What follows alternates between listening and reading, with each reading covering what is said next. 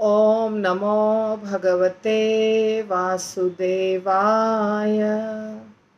ओम नमो भगवते वासुदेवाय।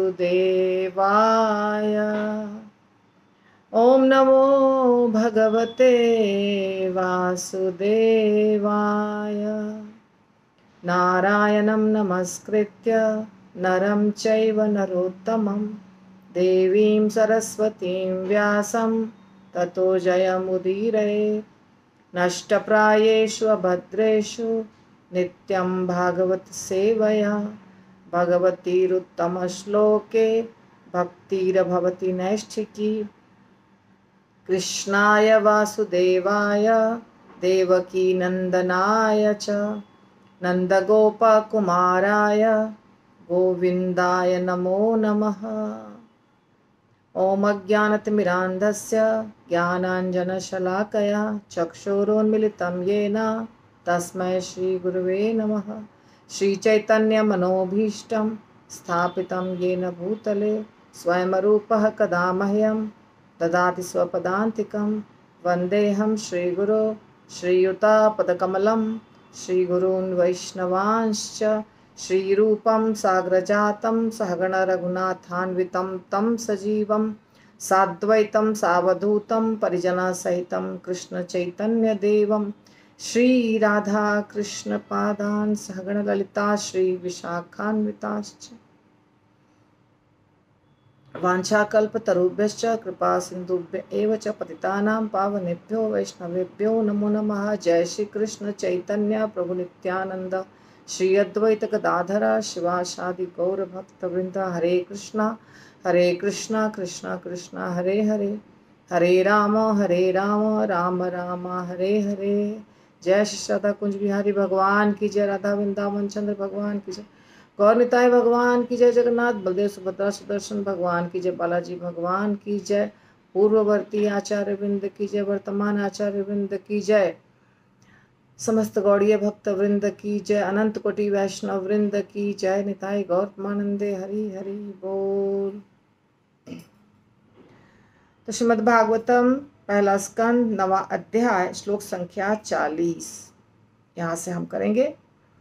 ललित गति विलास वल्गु हास परिहास वल्गु हास प्रणय निरीक्षण कल्पितारुमाना कृत मनुकृतवत्य उन्मदान्धा प्रकृति मगन किल यस्य गोपवध्व।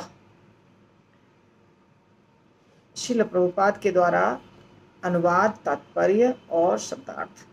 ललित आकर्षक, गति हिलना डुलना, विलास मुग्ध करने वाले कृत्य, वल्गुहास मधुर मुस्कान, प्रणय प्रेमपूर्ण, निरीक्षण चितवन, कल्पित मानसिकता, उर्मानाह अत्यंत महिमावान, कृत मनुकृत वत्य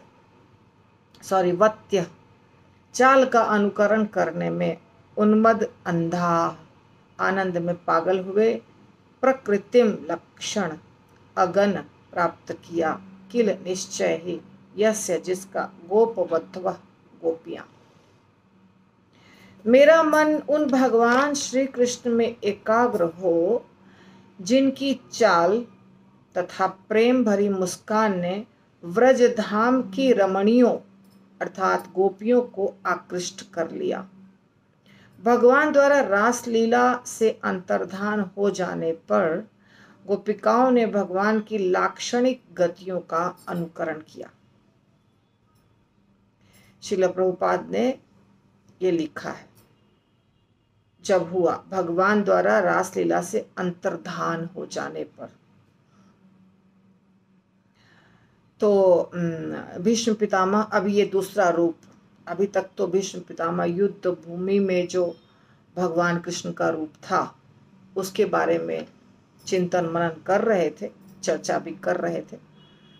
अब भगवान अब भीष्म पितामह उस रूप को याद कर रहे हैं जो भगवान कृष्ण ने ब्रज भूमि में ब्रजभूमि में जिस जिस रूप को लेकर के, यानी जिस रूप में भगवान कृष्ण ब्रजभूमि में रहते हैं, चलते फिरते, गाते बजाते, खेलते कूदते, गैया चराते हुए सब लीलाएं करते हैं तरह तरह की, उस रूप को याद कर रहे हैं भीष्म पितामह। और भीष्म पितामह क्या कहते हैं?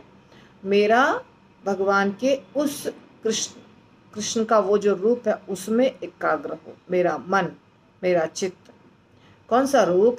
भगवान का वो रूप जिसने ब्रजवधु या गोपियां उनको आकृष्ट कर लिया।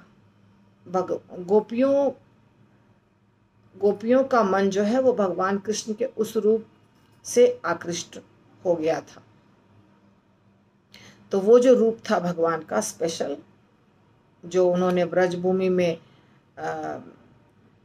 जिस रूप में भगवान थे, ब्रजभूमि में सारी लीलाएं जिस रूप में की, और वो स्पेशली वो रूप जो गोपियों को आकृष्ट किया था, उस रूप के प्रति मेरा मन आकर्षित हो।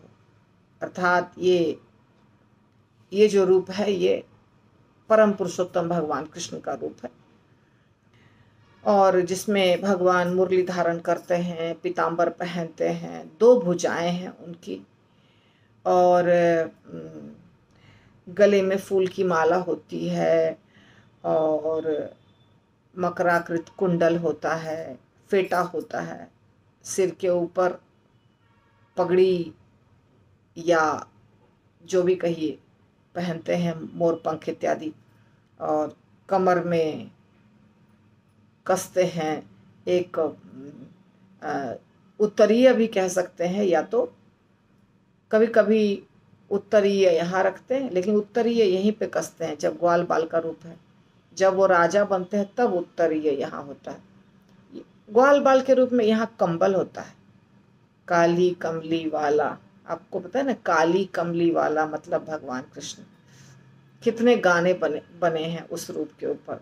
फिर लाठी होती है हाथ में, फिर रस्सी होता है हाथ में। गैया को चराना है ना, तो गैया को चराने में रस्सी चाहिए, लाठी चाहिए। हालांकि जब भगवान गोपियों के साथ नृत्य करते हैं तो लाठी और कंबल और ये सब नहीं रहता है, वो बात अलग है। यहाँ जो जिस रूप की चर्चा कर रहे हैं भीष्म पितामह, वो रास नृत्य वाला रूप, रास नृत्य करते समय जो रूप भगवान ने धारण किया है वही कृष्ण है, कोई अलग कृष्ण नहीं है। परंतु गैया चराने जाते हैं तब उनके पास रस्सी वगैरह होता है। गोप बालक के साथ डांस नृत्य करते समय रस्सी वस्सी तो मुझे नहीं लगता है रस्सी होता होगा, क्योंकि उस समय गोपियों के साथ नृत्य कर रहे हैं। तो यहाँ पे तात्पर्य में लिखा है जो पढ़ते हैं, ब्रजभूमि की गोपियों ने प्रेममय सेवा में अतीव आह्लाद से भगवान के साथ साथ नाचकर, माधुर्य रूप में उनका आलिंगन करके, उनके साथ हास परिहास करके तथा प्रेम भाव में उनकी ओर देखकर एकात्म किया। तो ये माधुर्य प्रेम है। भगवान कृष्ण के साथ जो सबसे ऊंचा प्रेम होता है वो रस है गोपियों के साथ। बाकी जीवात्मा जो होते हैं जिस भाव से भगवान से प्रेम करते हैं उसी भाव से भगवान भी उनके साथ आदान प्रदान करते हैं, कुछ दिक्कत नहीं है। लेकिन ये सबसे ऊंचा रस है, माधुर्य रस। और माधुर्य में भी 2 प्रकार का होता है। एक है माधुर्य जब भगवान की पत्नियां होती हैं जो द्वारका में रहती हैं, और एक होता है गोपियां। तो गोपियां वाला जो गोपियों के साथ वाला जो प्रेम है वो परकीया भाव यहाँ चर्चा नहीं हुई है उसकी, परंतु वो परकीया भाव है। और जब अपनी पत्नी के साथ, मतलब 16,108 पत्नियां जो उनकी हैं, उनके साथ जब प्रेम होता है वो स्वकीया होता है। तो परकीया ज़्यादा अच्छा है, ज़्यादा तीव्र है। तो ये जो गोपियां भगवान के साथ प्रेम करती थीं, ब्रजभूमि में जो गोपियां थी, ग्वाला ग्वाला कहते हैं, ग्वाला की पत्नियां थीं, गैया चराने वाले जितने भी थे गोप बालक, इसलिए उनको क्या कहा जाता है? गोपवध्वा। गोपवध्वा यानी गोप की वधू। गोप और गोपिका, गोपियां, ये भगवान कृष्ण, वास्तव में भगवान कृष्ण चंद्रवंशीय हैं, राजा हैं, राजा के घर में जन्म हुआ था, पर ये तो अलग रहस्य है कृष्ण का। लेकिन यहाँ पे जहाँ लाया गया उनको, वसुदेव जी जहाँ लाकर रखे, वो उनके दोस्त थे नंद बाबा, और वो थे वैश्य। जहाँ जन्म हुआ वो खानदान है राजपूत का, जहाँ पे पले बढ़े वो खानदान है वैश्य का, गाय चराने वाले का। तो यहाँ पे गाय चराने वाली जो स्त्रियां थी, मतलब गाय चराने वाले की जो पत्नियां थी, जिनको हम गोपियां कहते हैं, उनके साथ भगवान खूब नाचे हैं, गाए हैं। और माधुर्य रस जो उनका है गोपियों का, वो दुनिया का सबसे ऊंचा रस है, परखिया भाव का। भगवान के साथ उन्होंने हास परिहास भी किया, मजाक, मजाक जिसको हम बोलते हैं वो उसको कहते हैं हास परिहास। तो हास परिहास किया, प्रेम भाव में वो रहे, इतना ज़्यादा, इतना ज़्यादा, इतना ज़्यादा कि दोनों एक हो गए, दोनों में कोई अंतर नहीं रहा। इसलिए यहाँ लिखा जाता है एकात्म किया। एकात्म कैसे, ये बाद में आपको प्रभुपाद समझाएंगे। अर्जुन के साथ भगवान का संबंध भीष्म पितामह के साथ भगवान या भीष्म देव जैसे भक्त द्वारा प्रशंसनीय है। प्रशंसा तो भीष्म देव ने किया अर्जुन के साथ वाले संबंध की भी। अर्जुन और कृष्ण दोनों के बीच में क्या संबंध है? अर्जुन भगवान का भक्त भी है, अर्जुन भगवान का भाई भी है, अर्जुन भगवान का सखा भी है, ठीक है। परंतु सुमंगल, मधुमंगल, श्रीदामा, सुदामा, ये सब भी सखा है, ठीक है। दोनों सखा है, दोनों सखाओं में बहुत फर्क है, दोनों के भाव में बहुत फर्क है। तो हालांकि प्रशंसा तो कर रहे हैं भीष्म पितामह अर्जुन के साथ के संबंध के बारे में भी। जब अर्जुन और भगवान दोनों खड़े हैं युद्ध भूमि में, भगवान सारथी बने हुए हैं, इसलिए अर्जुन को पार्थ सारथी कहा जाता है, कृष्ण को पार्थ सारथी कहा जाता है, क्योंकि पार्थ यानी पृथा पुत्र, पृथा यानी कुंती, कुंती का एक नाम पृथा भी था। तो पृथा पुत्र कौन हुए? अर्जुन। और पार्थ, इसलिए अर्जुन का नाम हो गया पार्थ, और पार्थ के सारथी बने कृष्ण, पार्थ सारथी। अपने दिल्ली मंदिर का नाम है राधा पार्थ सारथी, यानी अर्जुन के साथ जो कृष्ण हैं वो कृष्ण। गुरु महाराज ने वहाँ पे बहुत साल पहले जब मंदिर बना तभी एक रोबोट बनवाया है, रोबोट है जिसमें कृष्ण और अर्जुन दोनों रोबोट हैं और संवाद होता है। तो वो आप कभी जो नहीं देखे हैं दिल्ली मंदिर जाइए तो वो देख सकते हैं आप, राधा पार्थ सारथी, हम लोगों ने देखा है कई बार। तो राधा पार्थ सारथी बना है मंदिर, तो उसमें पार्थ सारथी वाला रोबोट भी बना है, पार्थ सारथी वाला रोबोट, जिसमें अर्जुन और कृष्ण दोनों खड़े हैं रथ पे और संवाद चल रहा है भगवत गीता का। बहुत बहुत प्रसिद्ध है वो, लोग देखने जाते हैं, टिकट है उसके लिए, तो आप भी देख सकते हैं। तो ये है संबंध अर्जुन और कृष्ण का। प्रशंसा किए भीष्म पितामह, उनके संबंध की प्रशंसा किए पिछले श्लोकों में। पर अभी गोपियों के साथ जो संबंध है उसकी प्रशंसा कर रहे हैं, और वो ज़्यादा शुद्ध है, ज़्यादा शुद्ध और प्रेममयी सेवा के कारण ज़्यादा अधिक प्रशंसनीय है। दोनों प्रशंसनीय है, अर्जुन भी भक्त है, परंतु गोपियां उत्तम कोटि की भक्त है, वो ज़्यादा प्रशंसनीय है संबंध गोपियों वाला। अगर किसी गोपी को भगवान कहेंगे कि तुम तीर मारो, तो गोपी उनसे पूछेगी नहीं क्यों मारूं, क्यों हम पाप लें। भगवान ने कहा मारो तो मारो, पर अर्जुन ने तो पूछा, अर्जुन ने पूरा प्रवचन करवाया भगवान से। तो गोपियां है ना, गोपियों का प्रेम कैसा है, एकदम अंधा प्रेम, अंधा, कुछ नहीं दिखाई देता हमको कृष्ण के सिवाय। अंधविश्वास वाला अंधा नहीं, ये अंधा प्रेम कैसा है, जो कृष्ण बोलेंगे वो, मतलब कृष्ण में और गोपियों में कोई अंतर ही नहीं रहा।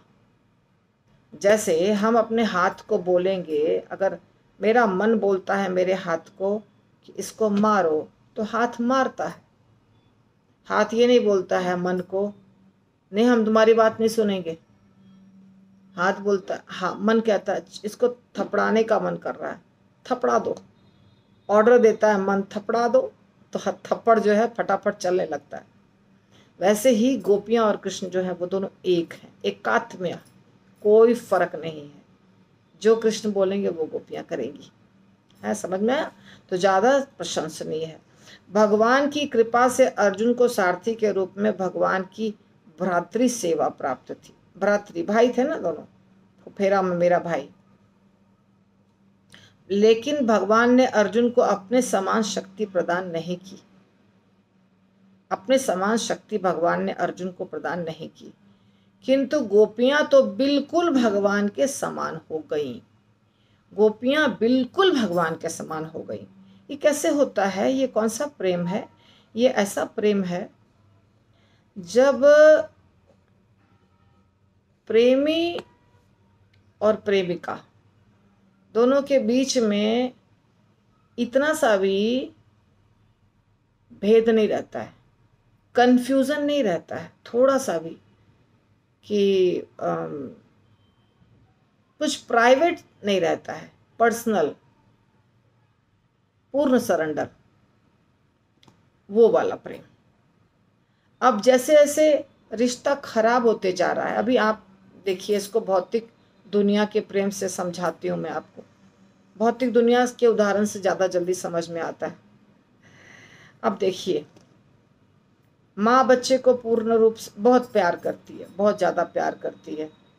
मतलब माँ भूखी रह जाएगी, उसको कोई तकलीफ नहीं होगी अगर बेटा को खिला दिया, और बेटा के खाने के बाद नहीं बची रोटी, तो माँ को कोई दिक्कत नहीं है, वो कुछ खा लेगी, थोड़ा बहुत पुराना बासी कुछ खा के सो जाएगी।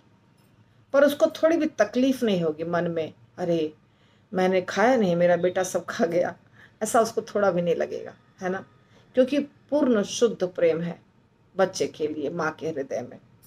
ये वाला प्रेम पति पत्नी के बीच में भी होना चाहिए, पहले के ज़माने में हुआ करता था। अब जो प्रेम है ना, एक कहावत है, प्रेम अंधा होता है। ऐसा सुना है आप लोगों ने, भौतिक कहावत है परंतु है, प्रेम अंधा होता है। पर अब समय बदल गया है। अब क्या हो गया है, अब पति और पत्नी के बीच में हिसाब किताब होने लगा है। पहले ऐसा नहीं होता था, होना नहीं चाहिए। शास्त्र के अनुसार पति को कमाना है, कमा के जो धन लाया वो पत्नी को दे दो, पत्नी घर चलाएगी, पत्नी सास ससुर की सेवा करेगी, ननद देवर सबका जो ख्याल रखेगी, शादी ब्याह करेगी, बाल बच्चे को पढ़ाएगी लिखाएगी, उनका ख्याल रखेगी, उनको पालन पोषण करेगी, उनका सब जो घर में होता है वो सब सेवा सब प्रकार की करेगी, पति की सेवा करेगी।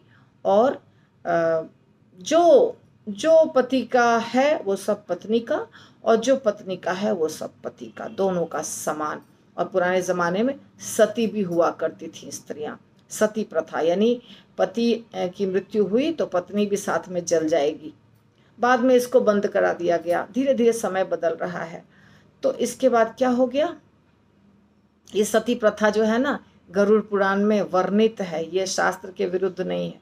गरुड़ पुराण में सती का वर्णन है।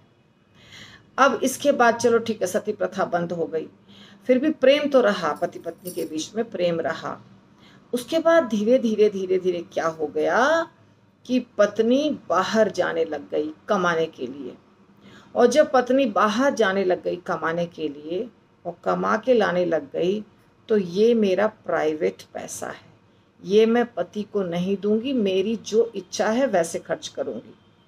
हालांकि पति जब कमा के लाया तो दिया पत्नी को, पहले के ज़माने में देते थे, आजकल के ज़माने में भी बहुत लोग देते हैं, पर कुछ लोग होते हैं जो थोड़ा पत्नी को देंगे और बाकी सब अपने अपने पास रखेंगे, मतलब प्राइवेट मेरे हिसाब से खर्च होगा, पत्नी थोड़ा खर्च करेगी, मैं पूरा खर्च करूँगा। फिर हुआ कि चलो ठीक है, ये भी ठीक है। अब हो गया कि तुम तुम्हारा रखो और तुम तुम्हारा रखो, पत्नी अपना कमा के रखेगी, जहाँ मर्जी खर्च करेगी, पति अपना कमा के रखेगा। ये हो रहा है। भाड़ा आधा आधा देते हैं घर का, कभी कभी एक से लोन चुकता है एक, मतलब बहुत हिसाब किताब होने लग गया पति पत्नी के बीच में। तो प्रेम क्या हो गया, प्रेम घट गया। जो शुद्ध प्रेम था, हम तुम दोनों एक बराबर, वो अब नहीं रहा। अब हिसाब किताब शुरू हो गया। हिसाब किताब जब शुरू हो जाता है तो तलाक होना शुरू हो जाता है, क्योंकि हिसाब किताब शुरू हो गया ना। लेकिन जब प्रेम इतना ज़्यादा है या समझदारी इतनी ज़्यादा है कि कुछ भी पत्नी का है तो वो सब कुछ पति यूज़ कर सकता है, और कुछ भी पति का है तो सब कुछ पत्नी यूज़ कर सकती है। पूर्ण रूप से दोनों का सब कुछ एक है, और ये होना चाहिए। कभी कभी झगड़ा भी होता है, वो भी ठीक है, कभी झगड़ा होता है फिर प्रेम हो जाता है, सब अच्छा है, पर हिसाब किताब नहीं होना चाहिए। तो इसको क्यों समझाया मैंने कि अब पत्नी को सब मालूम है, मेरे पति के पास कितना पैसा है, किस अकाउंट में कितना पैसा है, क्या मोबाइल का पिन नंबर है या कुछ भी, सब कुछ टोटल चीज़ पत्नी को मालूम है पति का, और पति को भी मालूम है पत्नी का। तो राधा और कृष्ण या गोपियों और कृष्ण के बीच में ऐसा संबंध था कि कृष्ण पूर्ण रूप से गोपियों को सब कुछ अपना दे सकते हैं, और गोपियाँ पूर्ण रूप से कृष्ण को सब कुछ अपना दे सकती हैं, मतलब दिया है। तो इसीलिए भगवान कृष्ण गोपियों को पूरी शक्ति दिए हैं। अब आप सोचेंगे ऐसे कैसे, बाकी गोपियों की तो चर्चा ज़्यादा नहीं होती है, राधा रानी की चर्चा तो होती है सब जगह। तो राधा रानी के पास कृष्ण से कम शक्ति नहीं है। ज़्यादा बोलेंगे तो चलेगा, पर कम तो बिल्कुल नहीं चलेगा। गोलोक धाम में प्रवेश जब होता है किसी जीवात्मा का, तो वो राधा रानी की इच्छा से होता है, भगवान कृष्ण की इच्छा से नहीं। हालांकि कृष्ण ने ही सारी दुनिया बनाई है, कृष्ण ने पूरी दुनिया बनाई है, पर गोलोक धाम में हमारा प्रवेश राधा रानी की कृपा से होगा, कृष्ण की कृपा से नहीं, क्योंकि कृष्ण ने राधा रानी को पूरी शक्ति दी है, पूरा अधिकार दिया है। आप चलाइए इस दुनिया को, आप गोलोक धाम को चलाइए, आप सारी दुनिया को चलाइए, जैसे हम अपने घर को चलाते हैं। हमारे पति हमको दिए हैं अधिकार अपने घर को चलाने। अब देखिए, हमारे घर में मर्जी है हमको सोफा इधर के बदले इधर रखें, आलमीरा इधर के बदले इधर रखें, ये थाली में खाने के बदले आज दूसरे थाली में खाएं, आज हमको पर्दा खरीदना है, आज हमको बेड खरीदना है। तो हम सोचते हैं ना, और हम प्लान करते हैं घर की सफाई या जो भी करना है, पूरे बेडरूम, किचन, ड्राइंग रूम, जिसका जितना बड़ा घर है उसकी मालकिन वो रहती है। इसी प्रकार गोलोक धाम की मालकिन राधा रानी है। इसमें क्या प्रॉब्लम है, समझने में एकदम आसान है। तो गोलोक धाम जो है वो भगवान का धाम है, लेकिन मालकिन कौन है वहाँ पे, राधा रानी। तो राधा रानी के परमिशन के बिना कोई गोलोक धाम में प्रवेश नहीं कर सकता है। इसका मतलब क्या हुआ कि राधा रानी को पूरी शक्ति है, कृष्ण के बराबर अधिकार है, कृष्ण से ज़्यादा है। ज़्यादा क्यों है, क्योंकि राधा रानी अगर किसी को बोलेंगी कि तुम आ जाओ, तुमको प्रवेश है, तो कृष्ण मना नहीं करेंगे। राधा रानी ने बोला तो अब उसके बाद विषय में कोई चर्चा ही नहीं करनी है। इसीलिए वृंदावन में सब राधे राधे राधे राधे करते हैं, पर प्रभुपाद ने हमको राधे राधे करना नहीं बताया है, क्योंकि चैतन्य महाप्रभु ने हमें हरे कृष्ण महामंत्र करना बताया है। ये बात अलग है। परंतु राधा रानी की कृपा से सब कुछ होता है। तो ये जो है ना शक्ति, ये शक्ति अर्जुन को नहीं दी है भगवान ने। जो शक्ति गोपियों को दी है वो शक्ति अर्जुन को नहीं दी है भगवान ने, क्योंकि अर्जुन का स्टैंडर्ड वो वाला नहीं है। भीष्म द्वारा गोपियों के स्मरण की आकांक्षा एक प्रार्थना है, जिससे जीवन की अंतिम अवस्था में उनकी कृपा प्राप्त हो सके। भीष्म पितामह को भी पता है ना, ब्रजमंडल के बारे में सब कुछ पता है। कृष्ण भगवान है ये पता है, और ये भी पता है कि कृष्ण भगवान है और क्या क्या लीला किए हैं वो बचपन से अभी तक सब पता है। तो उनके लीला का गुणगान सब जगह होता था, मथुरा में, द्वारका में, हस्तिनापुर में। जो भी भक्त है वो उनके लीला का गुणगान सब जगह करते थे। तो इसीलिए उनको पता है कि भगवान कृष्ण सिर्फ युद्ध नहीं करते हैं, और भी बहुत कुछ करते हैं। तो चलो, जो उनका दूसरा पक्ष है प्रेममय, तो वो वाला रूप का स्मरण कर रहे हैं भीष्म पितामह। भगवान भक्तों को महिमा मंडित होते देखकर अधिक प्रसन्न होते हैं। अतएव भीष्म देव ने केवल अर्जुन के कृत्यों का ही यशोगान नहीं किया, अपितु गोपियों का भी स्मरण किया, जिन्हें भगवान की सेवा करने का अद्वितीय सुअवसर प्राप्त हो सका। तो जितने भी भक्त हैं भगवान के, चाहे कोई भी भक्त हो भगवान के, सबके साथ भगवान ने जो लीला की है, तरह तरह की लीला, वो सब लीला भगवान को पसंद है। और इसीलिए भगवान का नाम भी होता है भक्तों से जोड़ करके, और जितना भी तरह तरह की जो लीलाएं हुई हैं उनके बारे में गीत बनता है, उनके बारे में श्लोका बनता है, उनके बारे में कथाएं बनती हैं, और उस अलग अलग प्रकार के रूपों में गुणगान किया जाता है। कहीं कथा चल रही है, कहीं भजन चल रहा है, कहीं कीर्तन चल रहा है, कहीं नाटक चल रहा है। ये सब जगह भगवान और भगवान के भक्त दोनों के साथ चर्चा होती है, सिर्फ भगवान की चर्चा नहीं होती है।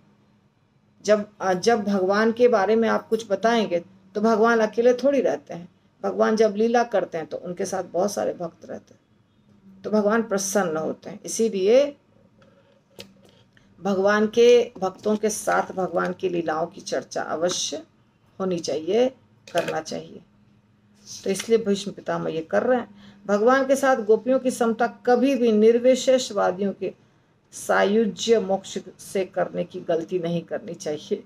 बहुत अंतर है गोपियों का प्रेम भगवान के प्रति और सायुज्य मुक्ति, जमीन आसमान का फर्क है, दोनों एक चीज नहीं है। यह समता पूर्ण आह्लाद की है, जहां अंतर का उच्छेद हो जाता है, क्योंकि प्रेमी प्रेमिका के हित एक से हो जाते हैं। यही बात मैं समझा रही थी शुरू में।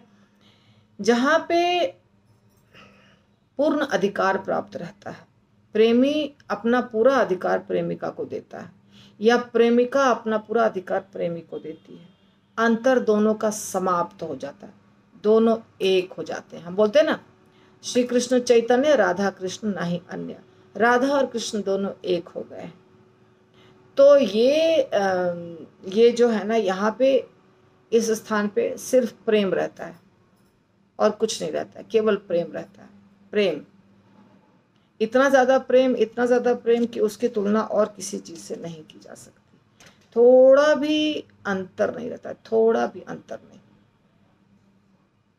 अंडरस्टैंडिंग बिल्कुल। तो आपको लगेगा कि ऐसा कैसे, बहुत बार राधा कृष्ण झगड़ा करते हैं राधा और कृष्ण के बीच में बहुत कुछ होता रहता है, लड़ाई होती है, सुलह होता है, रूठती हैं राधा रानी, रोती हैं राधा रानी, मान करती हैं, फिर उनको मनाया जाता है, फिर कृष्ण को भगा देती हैं गेट के पास से, जाओ निकलो, तुम्हारा यहाँ प्रवेश बंद है, और विशाखा ललिता इत्यादि सखियां साथ देती हैं राधा रानी का। तो ये सब कैसे होता है? ये सब कुछ प्रेम को बढ़ाता है, घटाता नहीं है। अगर हमारा प्रेम पति से है या बच्चे से है, तो क्या उसके बीच में झगड़ा नहीं होता? और झगड़ा होने के बाद जब सुलह होता है तो प्रेम और बढ़ जाता है। और झगड़ा के दौरान भी ना हम सोचते रहते हैं उसी के बारे में, हम उसी के बारे में सोचते रहते हैं जिससे झगड़ा हुआ है, और चाहते हैं कि वो आगे बढ़ के हमको मनाए। और हमें जब मनाता है तो फिर जितना ज़्यादा प्रेम रहता है उतना हम नाटक करते हैं, हम जल्दी जल्दी मानते नहीं। हम चाहते हैं वो और मनाए, वो और मनाए। आप मेरा बर्थडे भूल गए तो अभी तो बहुत पनिशमेंट मिलेगा। मैरिज एनिवर्सरी में कोई गिफ्ट नहीं दिया, अभी तो बहुत पनिशमेंट मिलेगा। अब एक दिन नहीं मानना है, 2-4 दिन तक बात नहीं करनी है। बड़ा बड़ा सा गिफ्ट ला के देंगे, बाद में बहुत कुछ करेंगे, मिन्नत करेंगे, तब हम मानेंगे, क्योंकि हमको पता है कि वो करेंगे ये सब चीज़। तो वहाँ पे प्रेम है ज़्यादा, इसीलिए झगड़ा होता है। अगर अगर प्रेम नहीं है, अगर हमें किसी से प्रेम नहीं है तो हम उससे रूठते ही नहीं है, क्योंकि हम रूठ के क्या करेंगे? वो थोड़ी हमको मनाने आने वाला है। हमें कौन मनाने आएगा? जिसको हमसे प्रेम है। तो जिससे प्रेम रहता है उसी से व्यक्ति रूठता है। जिससे प्रेम नहीं है उससे रूठने का कोई मीनिंग ही नहीं है। रूठना प्रक्रिया ही वहाँ पे नहीं है, रूठने की क्रिया ही वहाँ नहीं है। रूठा किससे जाता है? जिससे प्यार होता है।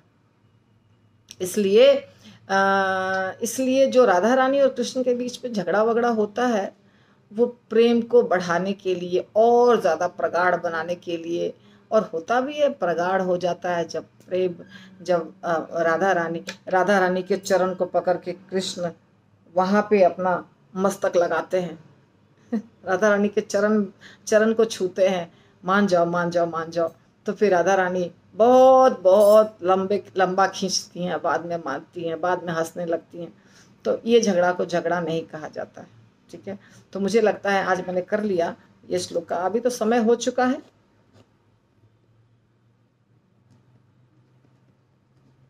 तो इस रूप को याद कर रहे हैं, भगवान कृष्ण के इस रूप को याद करें, भीष्म पितामह। हरे कृष्णा। श्रीमद् भागवतम की जय।